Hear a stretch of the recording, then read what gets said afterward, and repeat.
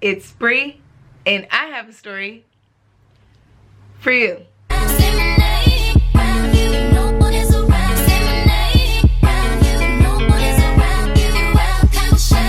If you've been here before, thanks for stopping by. And if you're new here, go ahead and click that red button and subscribe. And don't forget to click that bell for notifications, because I know after this story, you guys are going to want to see Bree all the time, every time I upload. Okay, so I didn't feel like filming yesterday. So now it's like 6 o'clock in the morning and I'm up filming. So dedication, consistency is key. You feel me? So there's two reasons why I wanted to film this story.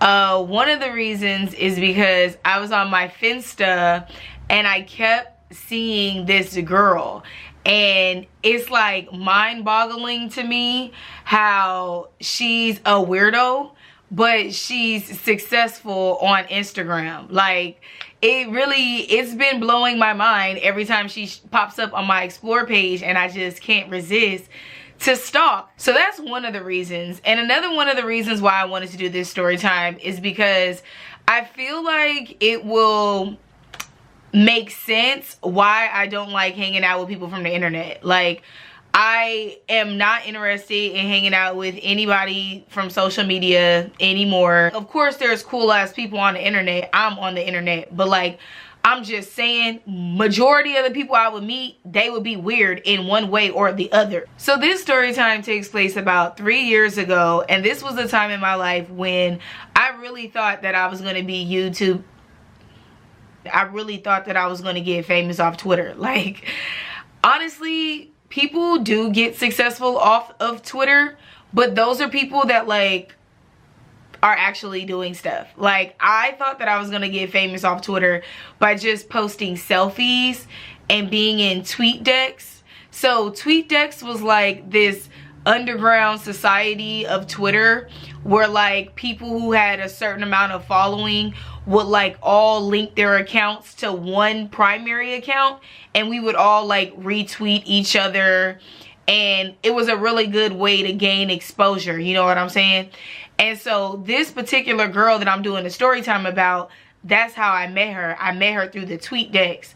So we started off at like the same level. Like, we literally were both recruited to TweetDecks around the same time. I don't even remember exactly how we ended up connecting, but I know that we was on the same wave, and then we started to build respect for each other because we kept getting recruited to the same decks. It was like we was equal, you know what I'm saying? For like a good amount of time, for about like 6 months. If anything, I was doing better than her on Twitter because I had LA clout. After a while, you know, I move up the ranks. I get into the top tiers of like all these TweetDecks, you know, and people start like reporting the deck accounts. It was that, you know, it was also like, it would be like 50, 60, 20, 30 people attaching their accounts to one account. So that's like suspicious activity. And like Twitter will like, you know, revoke accounts, suspend accounts, delete accounts, because their software was like recognizing our profiles as spam. So because of that, because all these girls were like working hard, building brands, having their accounts erased, we kind of came up with the idea, okay, well, let's go to Instagram.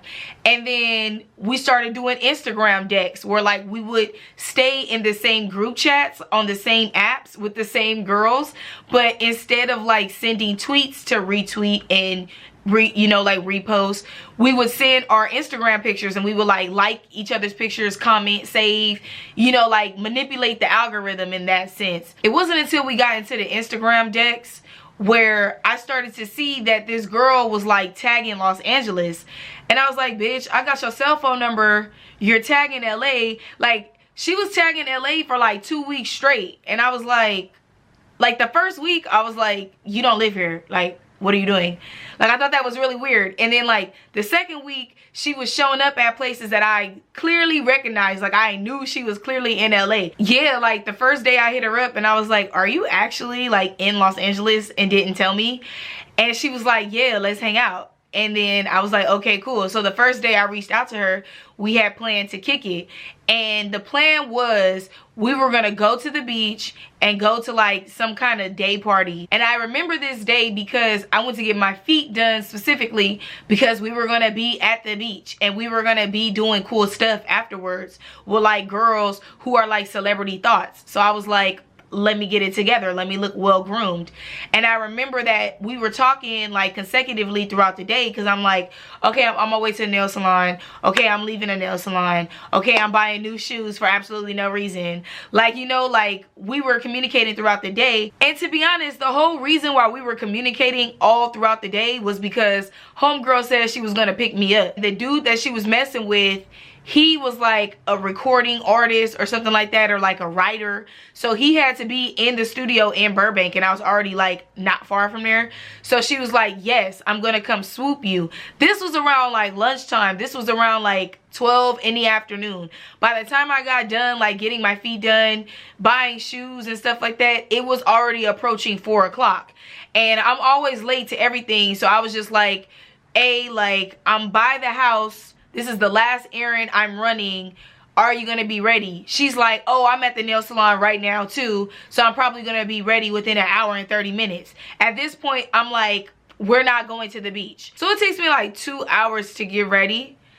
And, you know, I realized we were not gonna go to the beach. So I did not dress for the beach, but I dressed, you know, light, kind of casual, but with the heels on, like we're going somewhere, you know, like I was casual, but I was still like, this is a day event. This is like not a club vibe. So I'm looking at the time, an hour and 30 minutes goes by. Do not hear from sis. And we were talking all throughout the day. So I'm like, okay, whatever. I'm late to everything. I didn't even take it personal. Then it's going on like 8 o'clock.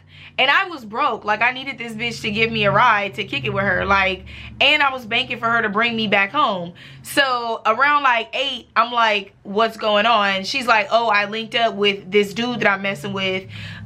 Maybe you can just Uber here and I'll drive us from the studio. When she told me that she was at the studio, that was like a red flag to me, because I'm like, the studio is boring.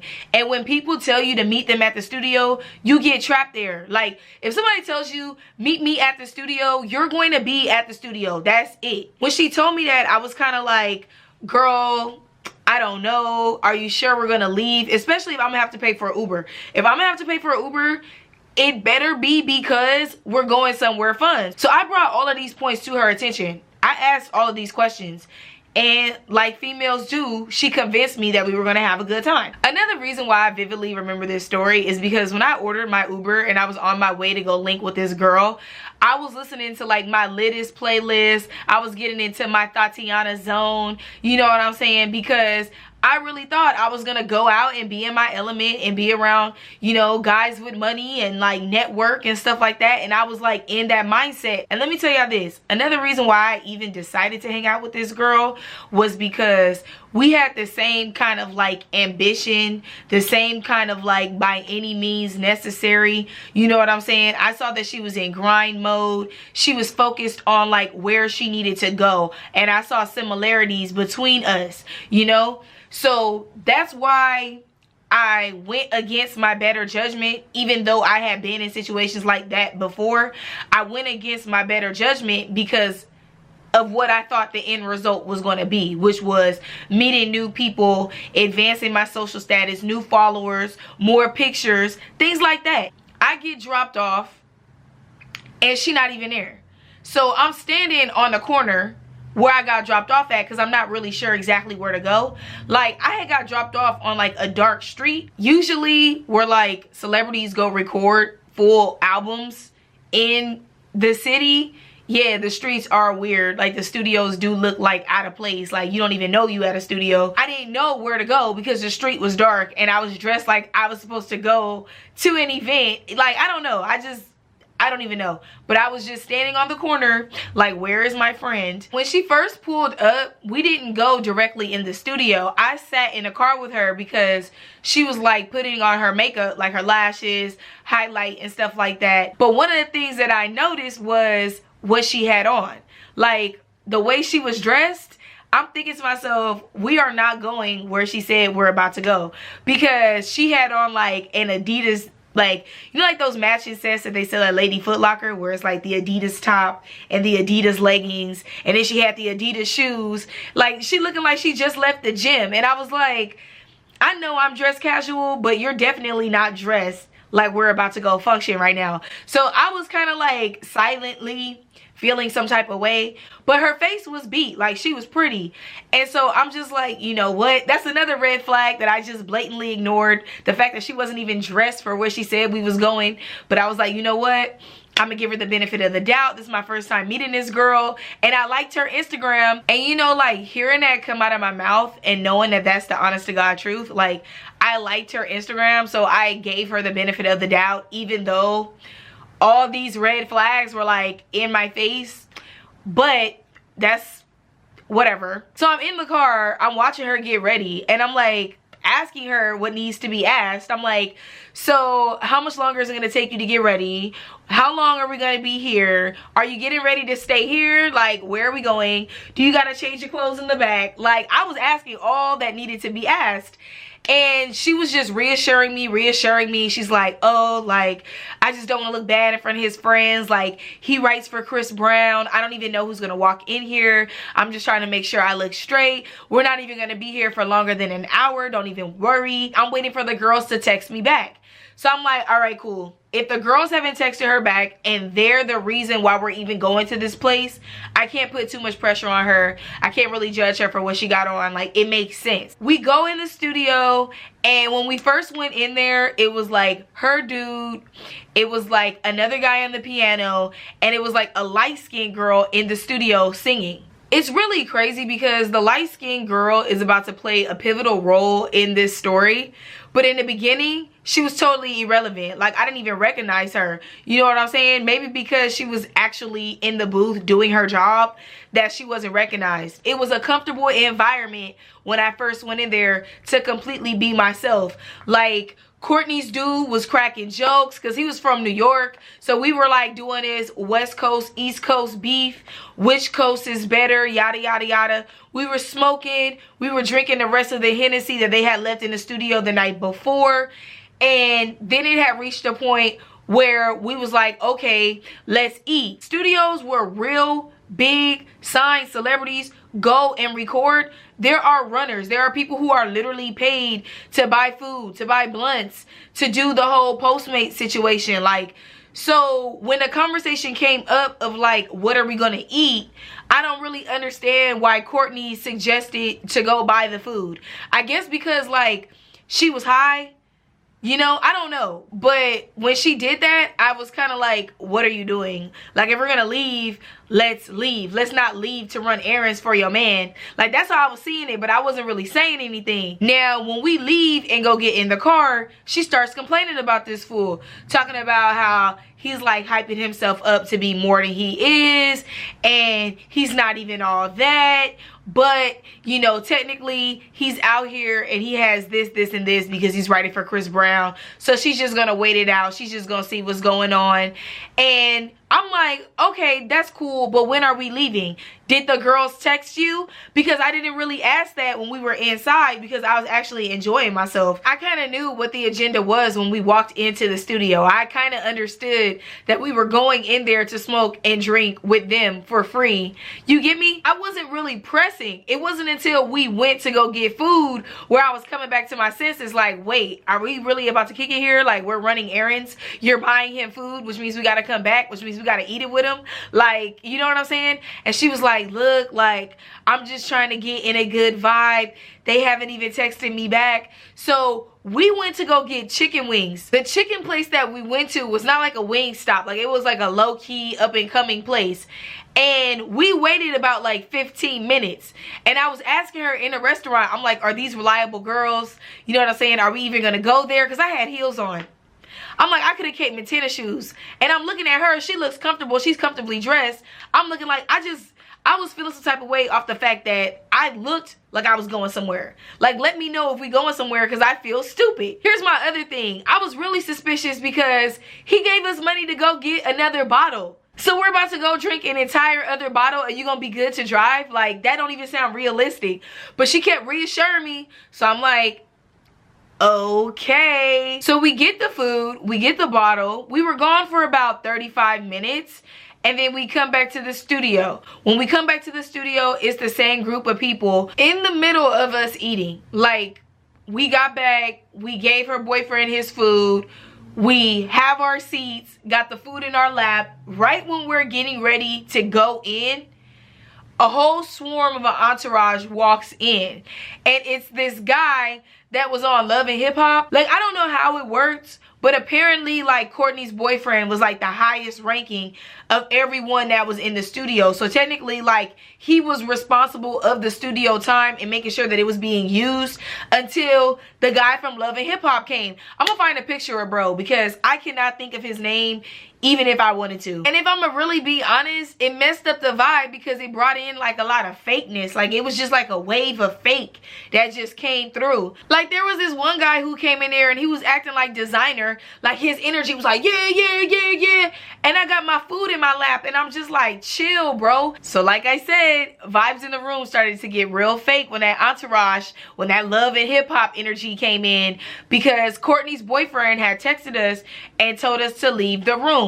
So that's no big deal. You know, I was really trying to eat my food and the designer guy was like all in my face, can I have some chicken? Like, he was one of those people that's like, do you talk to women? Do you know how to engage with women? So when the opportunity came up for me to leave the room, I was very grateful. I was like, yes. But when we go in the room and we're eating, Courtney tells me like, oh, yeah, he's mad. He's texting me. He didn't really like how you were acting like with his friend. And I was like, me? At this point, I was complaining to her. I'm like, hey, like, it's low-key starting to get weird. Have those girls texted you back? Like, now I feel uncomfortable. And I expressed this to her. I was like, I feel uncomfortable going back in the studio now because, you know, your guy is like blaming me. I was literally confused. And I didn't want to be in a situation like that where I'm like, confused socially. During this time, the light-skinned girl who I told you was initially in the studio singing, she came out to join us. I kid you not. She came out to join us. She introduced herself to me. I don't remember her name, so let's call her Amber. So she came out, she introduced herself, and she actually smoked with us. That's the crazy part. Courtney and I were already out there complaining about the situation in the studio. And then when Amber joined us, we kind of like deaded that conversation. And it wasn't until we were like smoking and, you know, there was like a rotation going around that Amber started complaining about the same thing that we was talking about. So then all three of us were like, you know, points were being made. We were agreeing. We were talking about like the other girls who come in the studio and they just sit there. They don't even make conversation. Like, that was Amber's biggest thing. She's like, why are these girls in the studio? They're not even working. They have no talent. You know what I'm saying? I mean, technically, she was talking about Courtney. Technically, she was talking about me too. Like, there was no reason for us to be in the studio. We had no job there, and I felt where Amber was coming from. Like, that's her place of business. That's where she goes to work. So I guess it kind of started to rub her the wrong way. All the girls that were like coming in and out of the studio and, you know, living this lifestyle, having these Gucci bags, having this designer shit, and she actually over here grinding. You get me? I feel like that's the point that she was trying to make. And as the story will progress, I think you guys will agree with me on that point. So based on the conversation between Amber, Courtney, and myself, I thought that all three of us was on the same page. I thought that we were like women united, you know. And then the Love and Hip Hop entourage leaves. So we're like, oh, the coast is clear. You know, we can go in there. We can vibe. You know, you can do your work, whatever, whatever. From the beginning, when Amber came up to me, I told her I respected her hustle. You know, I'm sorry that I was in her space. I literally like woman to woman her. I was like, look, girl, if you feel like that, I'm not even trying to be here that long. I'm sorry. I didn't even know I was going to be here that long. Like, I was just trying to like let her know I felt where she was coming from. I respected her hustle. Now, here's where things get weird in only a way that it could be weird in my life. Like, I don't even know if that sentence made sense. But this is one of those stories where it would only happen to me. Like, things happen to me that literally make no sense. When we went back in there, Amber didn't even go directly back into the booth. She sat on like a bar stool and she basically like carried the conversation from outside inside. So she was with us, you know, we was taking shots of Henny, we was smoking again, like we were all kind of like recalibrating because now we could be comfortable again because like the strangers left. And it started off cool. It started off like a bonding thing. Like we're all together, we're all creative, we're all trying to make this work, we're all trying to find our path. That's how the conversation started off. And I'm about to be completely honest about these series of events, like straight to the point, blunt honest, because every time I go on this girl's Finsta, that day haunts me. Like I can't believe that she really allowed that to happen. So we're all in there having a conversation. The keyboardist wasn't even really talking. It was mainly me, Courtney's boyfriend, and Amber. Even at this point, I was at the studio for so long, I was kind of like getting a vibe on the kind of girl that Courtney is. Like Courtney will say what needs to be said for you to like her. She likes to blend in into environments to where you don't really know who she is. And I really kind of started to peep that. I could tell the difference between her and I was, I'm going to have my own opinion. I'm going to voice my own opinion. And she'll be the person that will like have it. But she's not going to say anything until somebody else says it. You know, because she wants to agree. She don't want to stand alone. So Amber starts talking about her life. So say we're talking about like general situations. She took like a general situation and applied it to like her life story. Like she was really like a light-skinned woman who was heavily tatted. She looked like she had a rough life. She was missing a tooth right here. And you know, it kind of would have looked tight if she just put like a gold tooth right there. It probably would have been aesthetic. But like she was just out here looking rough. And so she finessed the conversation to talk about her rough life and everything that she been through. And in the middle of her telling her story, I'm listening to her. I'm listening to her story, bro. Like I was cross-faded. I was lit. And sometimes when I'm in that zone, I get really emotional, really compassionate when I hear other people's story. I'm like, damn, like I thought my life was hard. This is a nice perspective to hear. So I'm listening to Amber. And then why this bitch turn at me and she's like, oh yeah, I could tell you've had everything handed to you. I could tell you've never had to work hard. I could tell because how you came in here like you owned the place. And I was like, damn, where did this come from? I was like, oh no, like this is just who I am, whatever, whatever. And when I said that, when I said this is just who I am, I'm assuming that Courtney gonna back it up. Like Courtney's gonna be like, oh no, yeah, that's just her. Cause it's like, I know this is our first time hanging out, but you follow me on social media and how I act on social media is literally identical. So I was kind of expecting her to back me up, but nothing. Crickets. After about 10 minutes of going back and forth, because Amber would not drop it. Like she had her mind made up that she knew my life story, she knew my destiny, and my pride was like, wait, hold up, you actually don't know me. Like you don't know me. Like yes, I came here on my comfortable tip because I'm not going to change who I am completely for some strangers. And Amber was trying to make it seem like, oh, that's because you've had everything your way where you don't even see the point and switching up. Woo woo woo woo woo. Who are you? You're nobody. Chris Brown wouldn't even look at you. And I was like, she started to take personal jabs at me.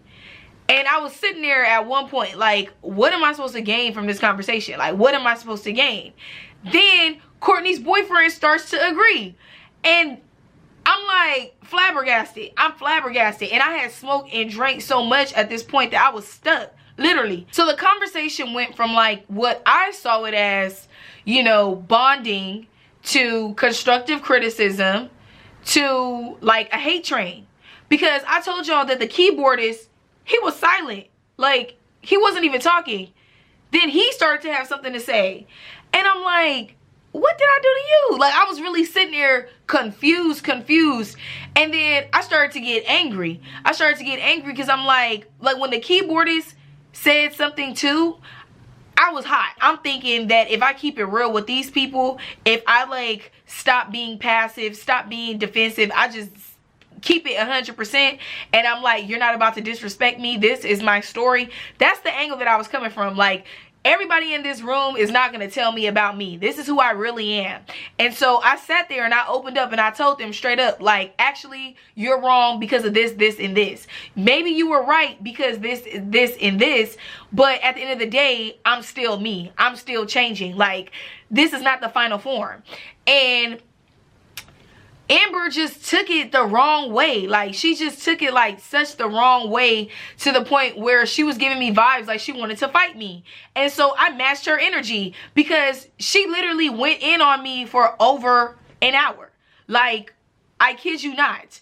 Over an hour. The whole rest of the time that I was there, I was getting dragged through the dirt. Like, I was the topic of discussion. I was literally being crucified by people I never knew. And the one person that was supposed to be there to defend me and have my back, I only knew for one day, and she didn't even have my back. So I'm like, damn, like, it's really me against the world right now. And I was feeling some type of way. I was getting very, very, very hostile. And I'm the kind of person, like, I'm not even going to sit up here and lie. I respected what they had to say. I will take constructive criticism where I feel like it needs to be heard. A lot of people are going to project things onto you, and it's up to you to decide what you know, fly, and what you let apply, or whatever the saying is. So I was really in that moment, but it got to a point where I felt like I was being attacked. Like, telling me stuff like, oh, Chris Brown wouldn't even look twice at you, and this, that, and the third. What that got to do with my career path? What does that have to do with having a talent, having a foundation, having something stable to stand on? Like, now you just coming for me, bro. Like, you get what I'm saying? Here's the question you guys are asking at this point. Why would you stay in a situation where people that you don't even know are ganging up on you, emotionally attacking you, and verbally attacking you? Why would you continue to put yourself in that situation? Here's the answer. I was broke. I was depending on Courtney to give me a ride home. I was depending on Courtney to have the human realization in her mind, nobody likes my homegirl, I'm about to drop her off. I'm gonna remove her from this situation. It didn't click for Courtney, unfortunately. She didn't come to that realization.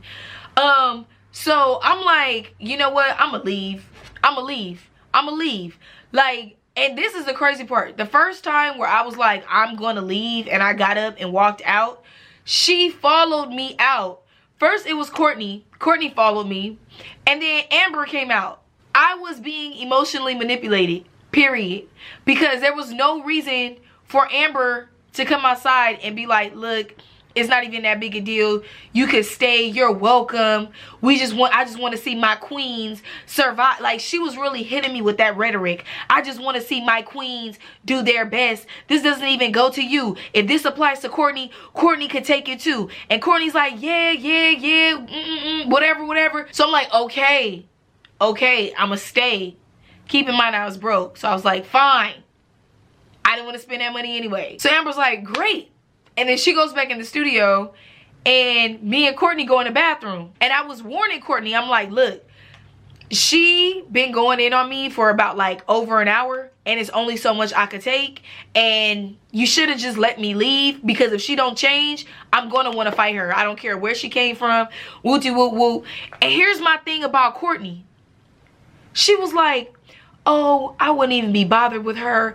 I have a degree in psychology, and I could tell that she's just projecting onto you. She's jealous, believe me. I was watching everybody's body language in the room, and I could tell by her body language she's coming from a place of envy. This bitch Courtney really tried to hit me with, I got a degree in psychology, and I could tell that she's jealous of you. If you got a degree in psychology, and you could tell by people's body language how they feel and this and that, why wouldn't you take me home? And as I'm sitting here telling this story, it just dawned on me, I never asked her to take me home. So that's my bad. Because a closed mouth does not get fed. And I never told her straight up, can you take me home? Yeah, I'll give Courtney that. She wasn't a mind reader. I'll give her that. I will give her that. But that's all she's going to get. So we go back in the studio. And fortunately for me, Amber was in the booth with the Hennessy, actually doing her job. So she's singing in the booth for about like 10 minutes. I kid you not. It was probably about like 10 minutes. And then she comes out, I'm on my phone, I'm not paying attention to nobody, I'm not talking to nobody. I wasn't even sitting by Courtney. I was literally like on the other side of the room, isolating myself. That's how I cope. That's how I deal with things. And she comes out the booth. Unfortunately for me, where I was sitting was right by the booth door. I'm looking at my phone and I noticed that she's looking in my direction. And I'm like, sis got a crush on me at this point. Like at this point, I'm literally thinking to myself, has she gone to prison? Because I was just kind of get that vibe at this point. Like, I left her alone, I'm not even talking, and she's still giving me her energy for no reason. I was concerned. So when she's done and she figures out the part that she needs to record, she goes back to the booth. And when she's walking back to the booth, she stops right in front of me and she does one of these. You know, like when people get in your face like this. And she's like, what's wrong? You're not gonna speak now? So you're just gonna come back in here and not even speak? And I'm like, I really truly was like, okay, it's something wrong with her. And I was like, I'm just on my phone. Once again, instead of being normal. Oh, you just on your phone? You sure you don't have a problem? You sure you don't have a problem? So you're just on your phone then, huh? Don't even want to look up. Don't even want to engage with everybody. So what? We just don't matter? Nothing that she said even mattered, to be honest, because she was just trying to pick a fight with me. Like, she was literally just trying to antagonize me. And so we started going back and forth because I'm like, why are you in my face? Like, go do your job. Go do your job. Like, seriously, go in there. You're not even here for me. You're here to sing that song for Chris Brown. Do what you need to do. Sing that song so he can come in and he could sing it and he could get famous for it. Like, I was really like going in on her. I was like, now's the time for me to read you. And I opened up the book. For real. I was like, nobody cares about your story. You're not the only person in the world that's had a rough life. Your story's not even really that unique. You just made a series of bad decisions and you're mad at me because I still got the opportunity to turn my life around. I swear, this story just gets more and more agitating because Amber really sat and made me the topic of discussion for over an hour. Went in on my character after not even knowing me for 5 hours, legit. And when I started clapping back at her, based off my observations, the keyboardist and Courtney's boyfriend, whoa, you're not going to disrespect my sis. You're not just going to come in our establishment and disrespect everything that we work for. We a family. I was like, hold up. I started getting rowdy with them too. I started disrespecting them too because I'm like, did you miss the whole conversation? Oh, no, you didn't. You jumped in on it. So it was cool when everybody was talking about me, but I can't defend myself. PTSD was highly triggered. I mean, my PTSD was highly triggered because that's the same thing that used to happen to me at school. Every time I would react, every time I would get in a fight, it would be like, oh, Brianna's crazy. Oh, we can't believe it. Oh. But you put me to this point. You brought me to this level. Let me tell you something. How is it possible you invite a girl to kick it with you? 3 people in the room are attacking her and you just sitting there. That's my whole thing about Courtney. Like, y'all gonna have to let me know what kind of person you think Courtney is in the comments below because I would never do that. I would never do that. If I had a car, I would take you home. If everybody was ganging up on you, I would defend you. I would remove you from the situation. I'm not just going to sit there and I brought you into the environment. I would never do that. I was angry. I was mad. And so Courtney's boyfriend got up and decided that he was going to kick me out the studio. So Courtney's boyfriend is in my face and Amber is like behind Courtney's boyfriend and they both like in my face. Like, he yelling at me, telling me to get out, and she yelling at me, telling me that she wants to fight. And so I'm like, all right, cool. Like, I will leave. I have no problem spending my last $8 to go home. So I get my bag, I get my stuff, and I'm talking shit all the way out the door. Like, literally, all the way out the door, I was talking shit. Down the hall, I was talking shit. In the parking lot, I was talking shit. And I had to talk shit in all those locations because they kept following me. I was in, like, the parking lot in the front of the studio waiting for my Uber. And you know, Courtney's boyfriend was in a parking lot while I was requesting and waiting for my Uber, talking about, you need to have more respect. That's your problem. You disrespectful. You're not even gonna go far in life. Whoop de whoop whoop. Like, really trying to give me the tea on my future, like he was God or something like that. The ping on my phone goes off. The Uber is like 4 minutes away. 4 minutes in the situation that I was in could have been a very life-changing 4 minutes. Here's the thing, Courtney's boyfriend was like my height, so I was being beyond disrespectful to him, because I felt like arguing with him was like arguing with another girl, so I was just going in on him. And then Amber came out, and at this point Courtney's boyfriend was so mad at me because the way that I was dragging him. He was like, get her sis, get her sis, she got so much to say, she thinks she all that, get her sis. As soon as Amber came out of the studio, I asked her one question and one question only. I didn't want to hear anything else she had to say. I was like, why are you out here? Why are you out here? Why did you follow me out here? Why did you follow me? What's wrong with you? She's like, I got an issue. I want to press it. Woo de woo woo woo woo. Like, she's getting aggressive, like she want to fight, whatever, whatever. I'm in heels. If I wasn't in heels and I had been drinking and smoking, I would have ran up on her already. But I was in heels, fresh pedicure, full set, with a feel. I was not about to run up on her.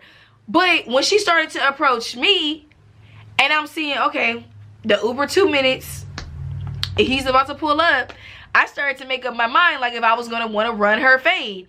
And I started walking towards her because I knew that my Uber was pulling up. I'm like, man, I would feel so good if I just got a few licks in and hopped in my Uber. So I started like approaching her, and right when I started to like get close, like she walking towards me, I'm walking towards her, I'm like, well, what's up? She started gangbanging on me, and it's like, she looked so old to me. She was probably around when gangbanging was invented, so I really didn't care what set she was throwing up. Right when we was about to pull up on each other, my Uber, like literally unbeknowing, pulled up in the middle of us. And I was just like, yeah, bitch, whatever, bitch. And I just got in the Uber and I closed the door. And I felt bad for my Uber driver because all he was doing was his job. He just pulled in the alley, and now he's in like the middle of an argument. You know what I'm saying? But lucky for me, you know, Amber wasn't that vengeful or that hateful where she tried to run up on me when I was getting in the Uber. Like, she just kind of like deaded it as soon as my Uber pulled up. So I'm happy for that she wasn't like that extra. When I decided to leave, Courtney, her boyfriend, and Amber decided to leave. So Courtney was handing out rides because she was going to give Amber a ride. I saw Amber get in Courtney's car, and I felt so betrayed. And I literally had a mental breakdown in my Uber. Like, I cried the whole way home to my Uber driver, and I was talking about how it's not fair, how this kind of stuff keeps happening to me. I'm a good person. Like, I literally broke down because I didn't understand how I continuously and put in these situations where people just project hate and negativity onto me, and I already have my own stuff that I'm going through. It bothered me. It really did. Like, it triggered me, and it bothered me to the point where I had to reach out to my friends and family, and I had to get that support and, like, you know, charge back up to the bad bitch that I'm supposed to be. And then the next day I wake up and Courtney has texted me, and she's like, oh, I guess we're never gonna be friends again after this. When she texted me, I was kind of over it.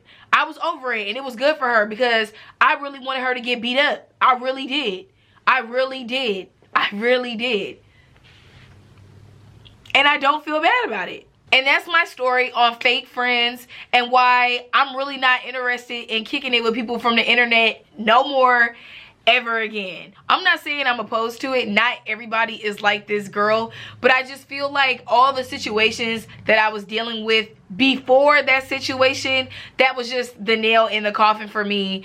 And now it's time for me to focus on what really matters, which is like building a platform, building a foundation, and focusing on the friendships that I do have and making sure that those are solid as I, you know, achieve my dreams and change my life. You know what I'm saying? So if you guys like this video, go ahead and turn that thumbs up blue. Support your girl.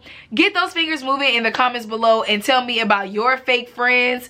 Tell me how you guys feel about hanging out with people from the internet. You know, people that, you know, are your followers or things like that. Because honestly, another reason why I'm kind of like skeptical about it is because this girl, Courtney, She saw me very vulnerable. She heard me open up about stuff that I don't even really talk about.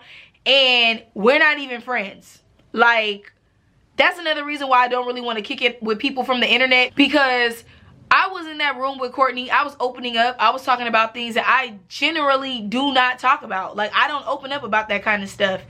And to never kick it with her again, and she's just out there knowing my secrets, I'm good. With that being said, I love you guys, and I'll see you in the next video. Till next time.